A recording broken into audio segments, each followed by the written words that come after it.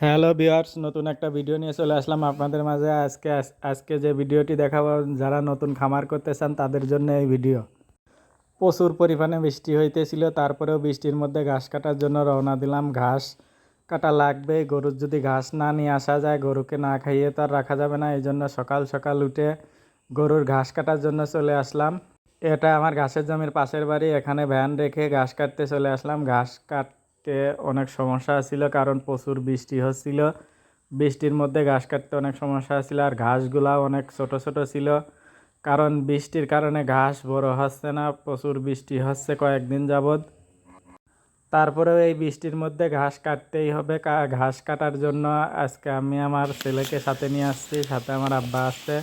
দুইজন মিলে ঘাস কাটতেছিলাম।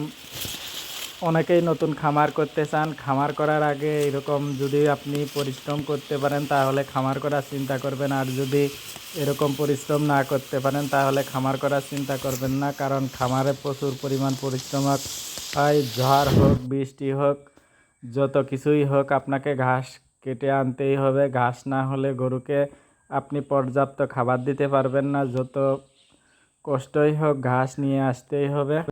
বৃষ্টির কারণে ঘাসগুলো আরও বেশি ভার হয়ে যায়, মাথায় করে নিয়ে আসতে অনেক কষ্ট হয়। ভ্যান পর্যন্ত নিয়ে যাইতে ঘাসগুলাকে অনেক পরিশ্রম হয়। তাই আগে আরও 2 বোঝা নেওয়া হয়েছে, লাস্টের 2 বোঝা আমি 1 বোঝা মাথায় করে, সে আমার আব্বা 1 বোঝা মাথায় করে নিয়ে যাচ্ছি।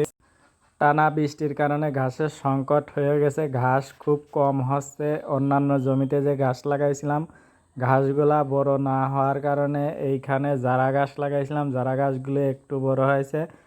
তারপরেও কেটে নিয়ে এভাবেই খাওয়াতে হচ্ছে, কম করে খড় বেশি দিয়ে।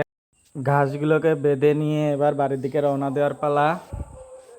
ঘাসগুলা কাটা শেষ, একটু ঘাস দিয়ে একটু বেঁধে নিলাম যাতে ঘাসগুলো পড়ে না যায়। বৃষ্টি তারপরেও হচ্ছিল টুকটাক করে।